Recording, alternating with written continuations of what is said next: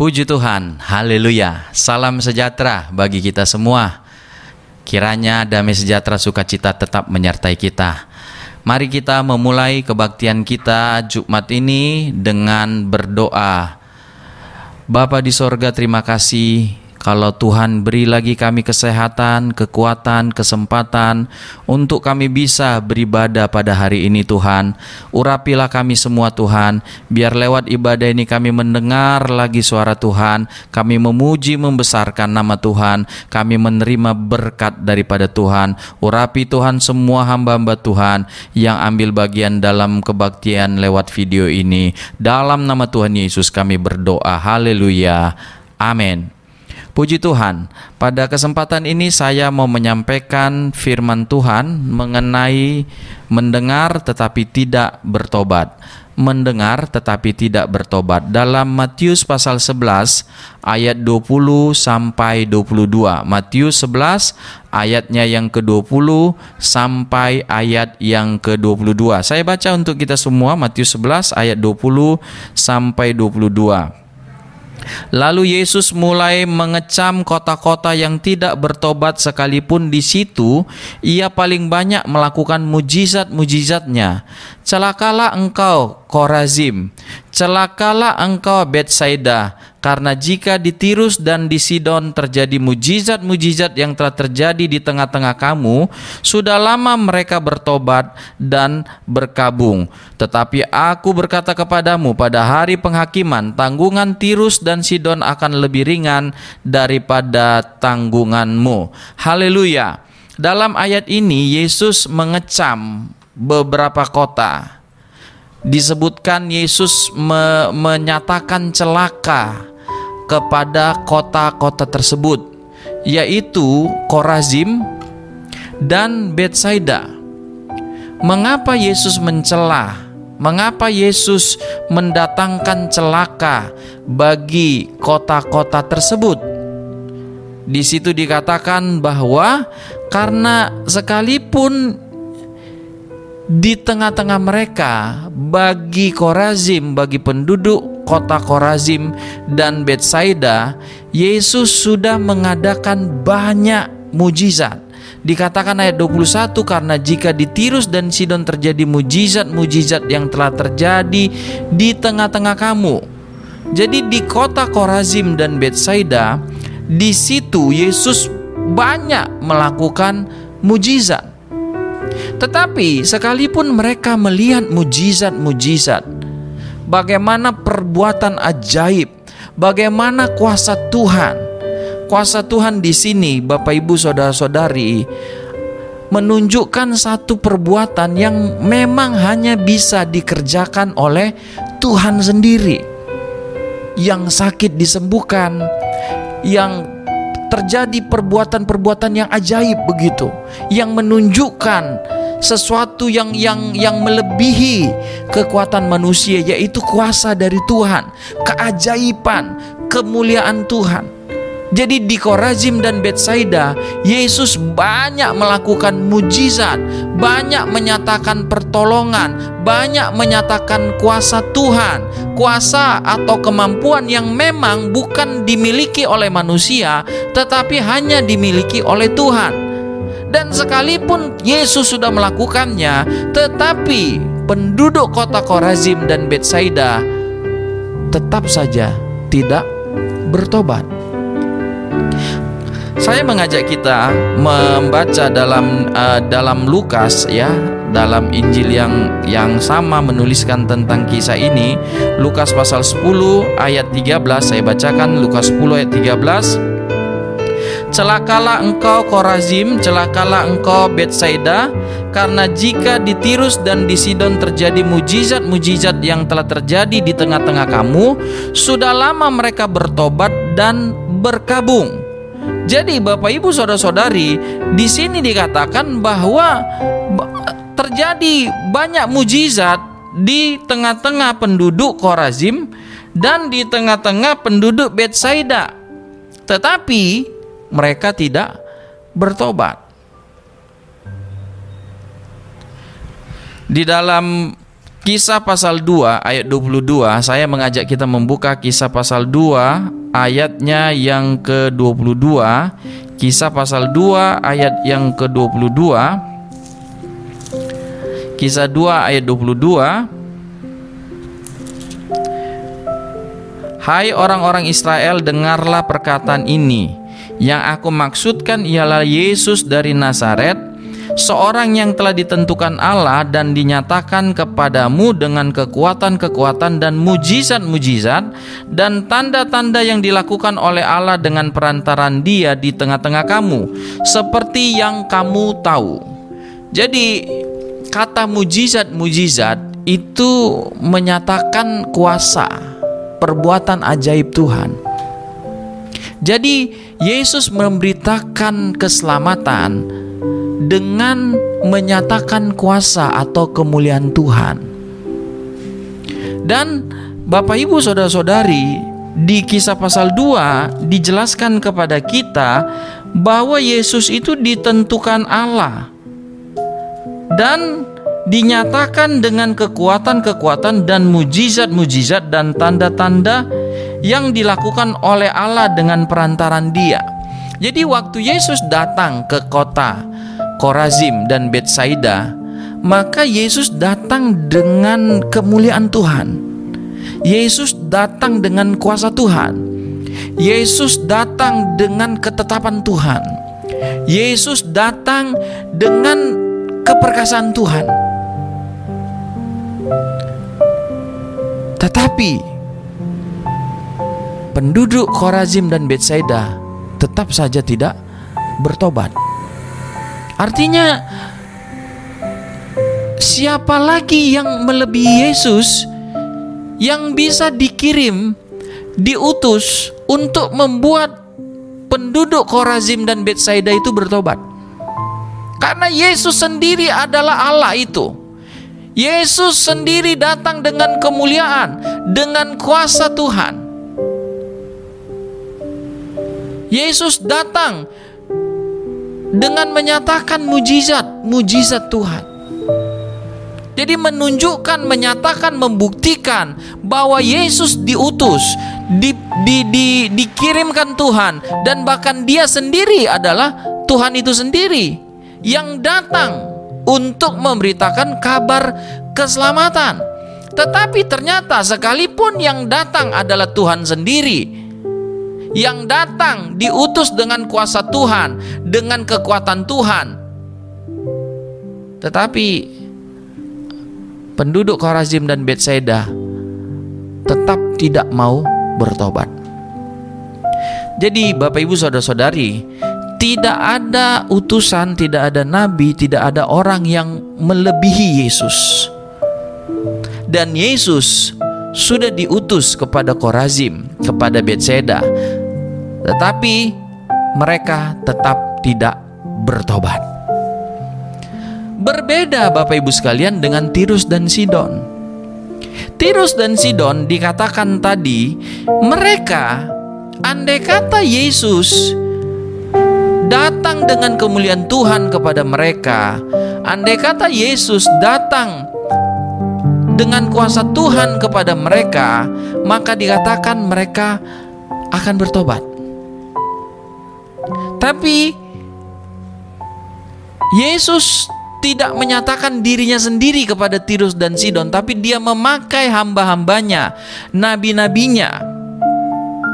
Dia memakai cara yang lain selain cara di mana Dia datang kepada Betsaida dan Korazim, yaitu dirinya sendiri, Allah itu sendiri datang menjadi manusia lalu memberitakan kabar keselamatan kepada Korazim dan Betsaida. Tapi berbeda dengan yang diterima Tirus dan Sidon.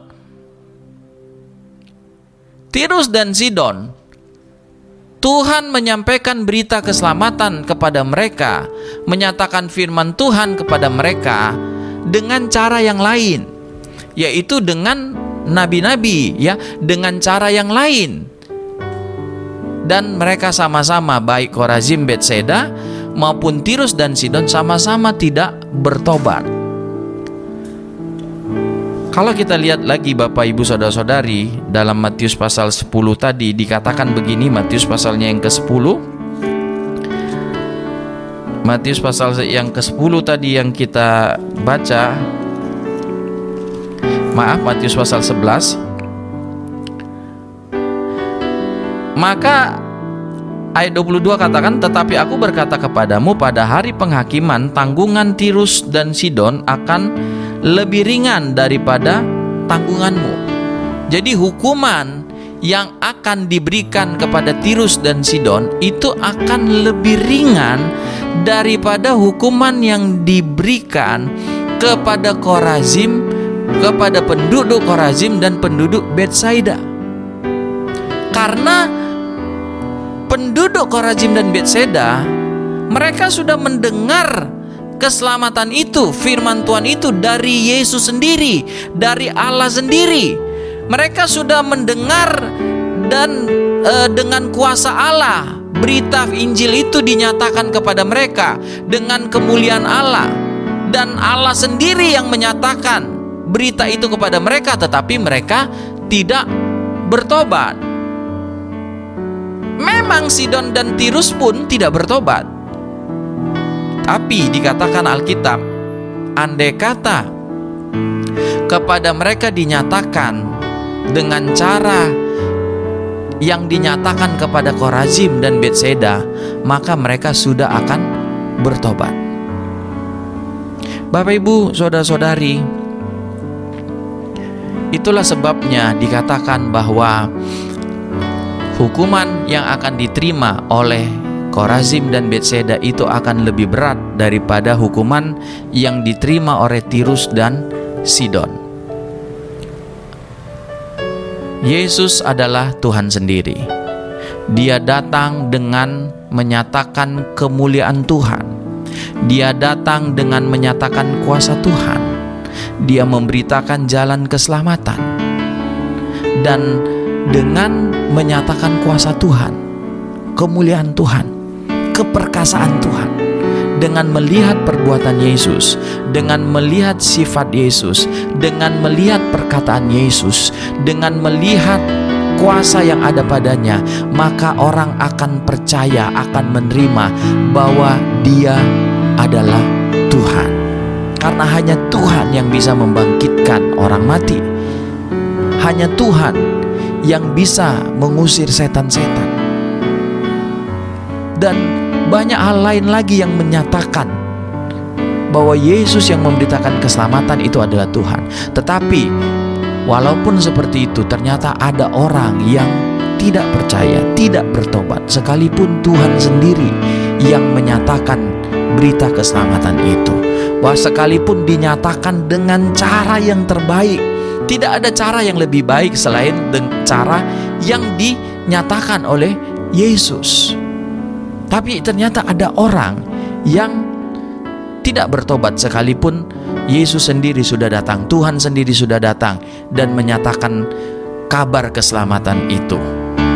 Itulah sebabnya dikatakan bahwa hukuman terhadap mereka, terhadap orang-orang yang sudah didatangi oleh Tuhan Yesus, sudah mendengar berita yang disampaikan tentang keselamatan dengan cara yang menyatakan kuasa dan kemuliaan Tuhan, tapi mereka tidak bertobat, maka hukuman bagi orang tersebut akan jauh lebih berat daripada orang lain yang sama-sama tidak bertobat, tapi bukan dengan cara di mana Tuhan sendiri datang menyatakan berita keselamatan itu kepada mereka. Puji Tuhan, Bapak Ibu sekalian. Lalu kalau kemudian kita baca, saya ingin membaca dalam, kita bandingkan Bapak Ibu sekalian dengan Matius pasalnya yang ke-11. Matius pasal 11 dikatakan begini,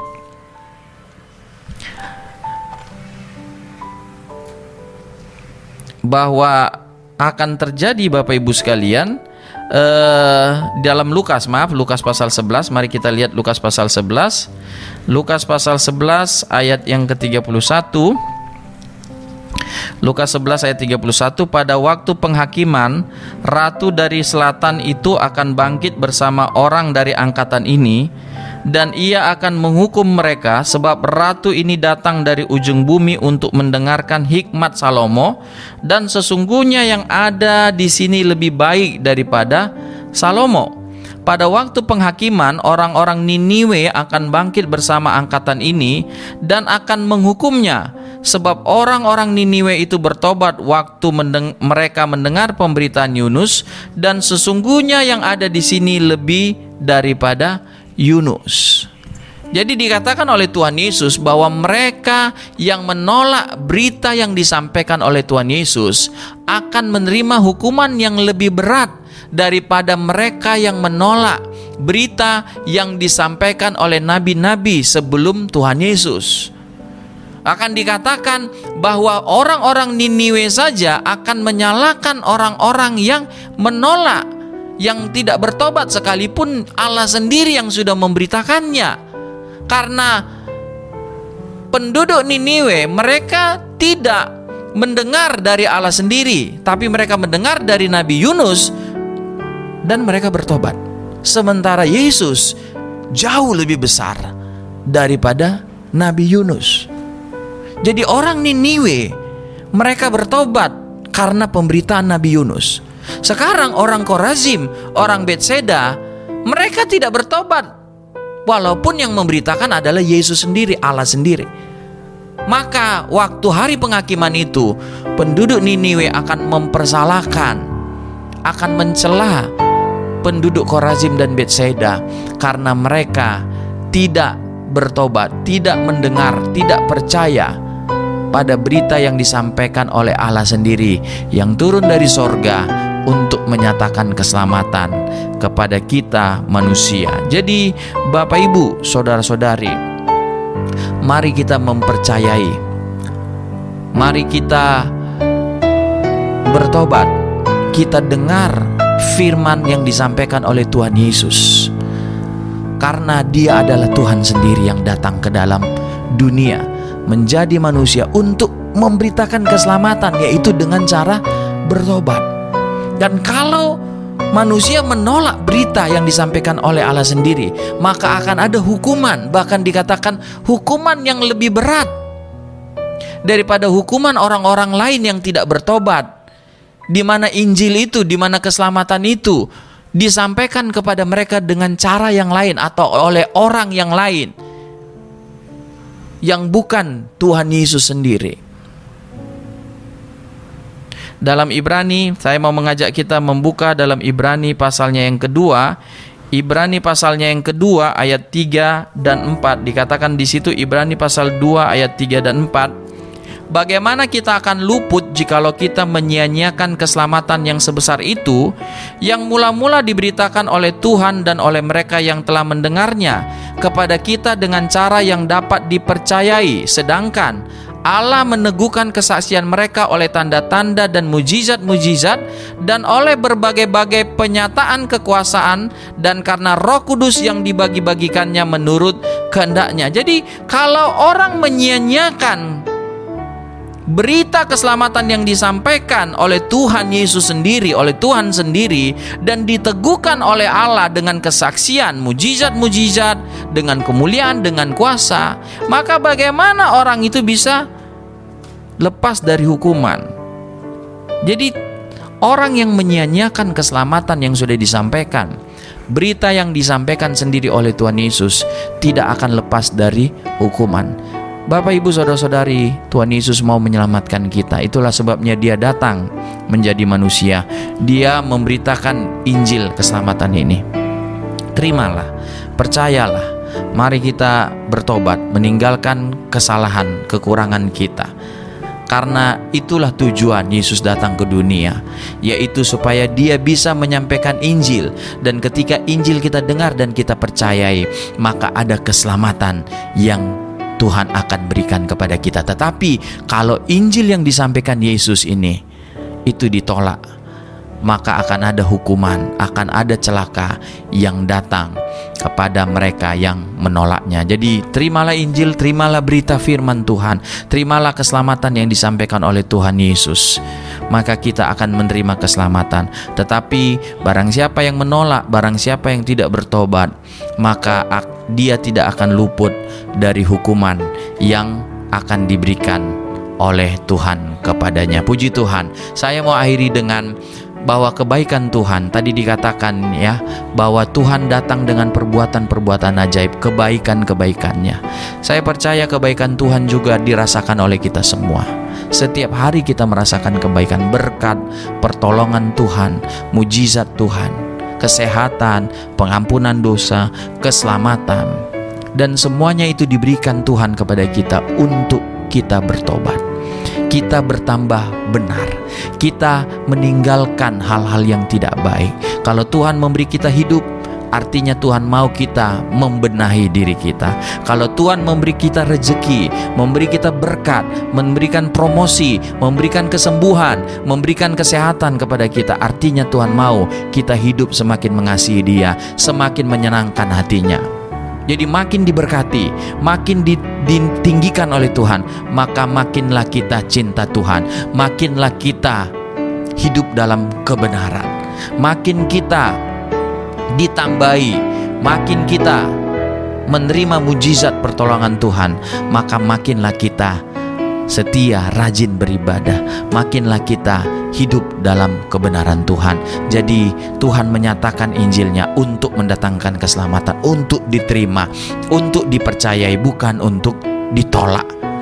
Tuhan menyatakan kebaikannya kepada saya dan Bapak Ibu sekalian, supaya kita makin cinta Tuhan, makin hidup benar, makin mencari Tuhan, makin rajin dalam ibadah dan pelayanan kita. Jadi kita yang sudah menerima kebaikan Tuhan, maka kebaikan Tuhan itu akan mendorong kita untuk semakin maju dalam Tuhan, semakin rajin dalam Tuhan, semakin cinta Tuhan, semakin beribadah. Kiranya Tuhan Yesus memberkati kita semua. Haleluya.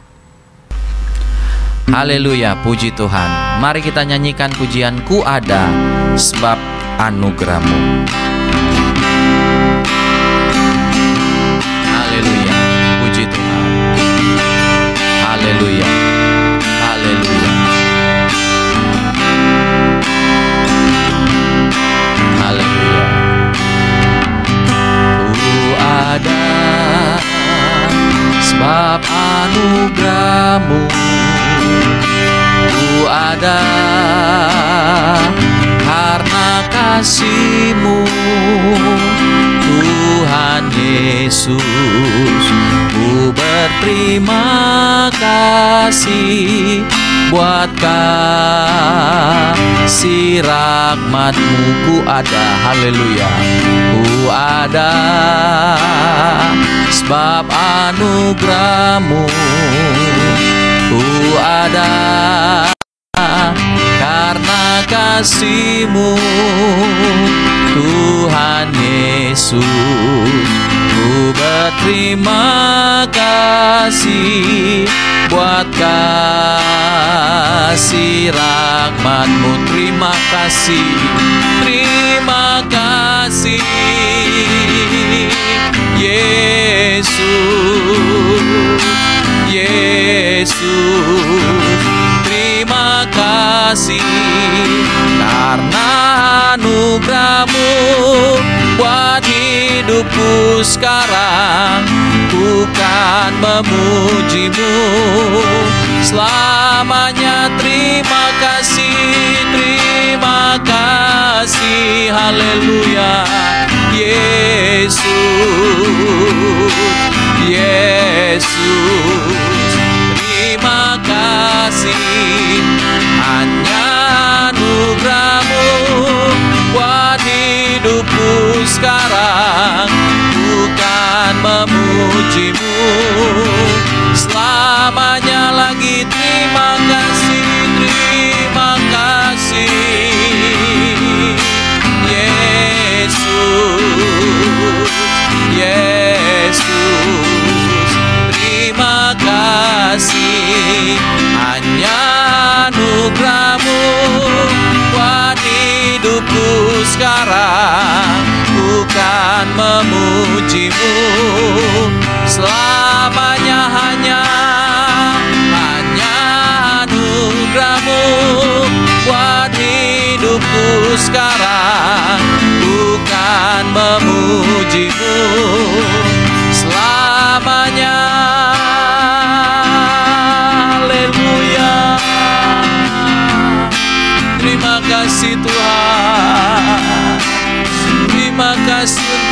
berita keselamatan dari-Mu. Terima kasih untuk kebaikan mujizat, kuasa kemuliaan yang Kau nyatakan kepada kami. Karena itu kami menerima, kami mempercayai. Kami mau hidup semakin maju, semakin benar, semakin melayani Tuhan. Haleluya, haleluya, haleluya, haleluya. Terima kasih Tuhan. Tuhan Yesus yang baik, kami bersyukur kepada Tuhan.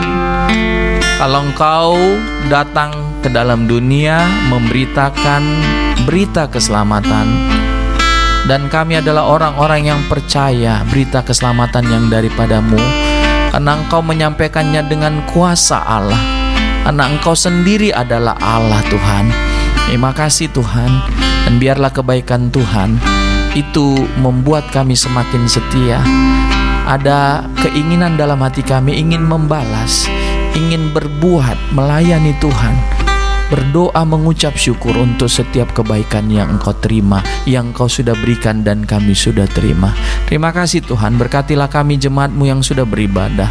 Berkati dalam rumah tangga, pemuda, remaja berkati, anak-anak semua diberkati. Berkati dalam aktivitas, di dalam pelayanan pengiringan kami kepada Tuhan. Kami mau terima berkat Tuhan, berkat-berkat yang berasal daripada Allah Bapa, cinta kasih daripada Allah Anak, persekutuan yang daripada Allah Roh Kudus, kiranya datang dan menyertai kami mulai sekarang bahkan sampai selama-lamanya. Berkat-berkat ini kami terima di dalam nama Tuhan Yesus Kristus, dan semua kami yang percaya sama-sama kami berkata amin. Puji Tuhan, Tuhan memberkati kita semua. Ibadah kita telah selesai. Haleluya.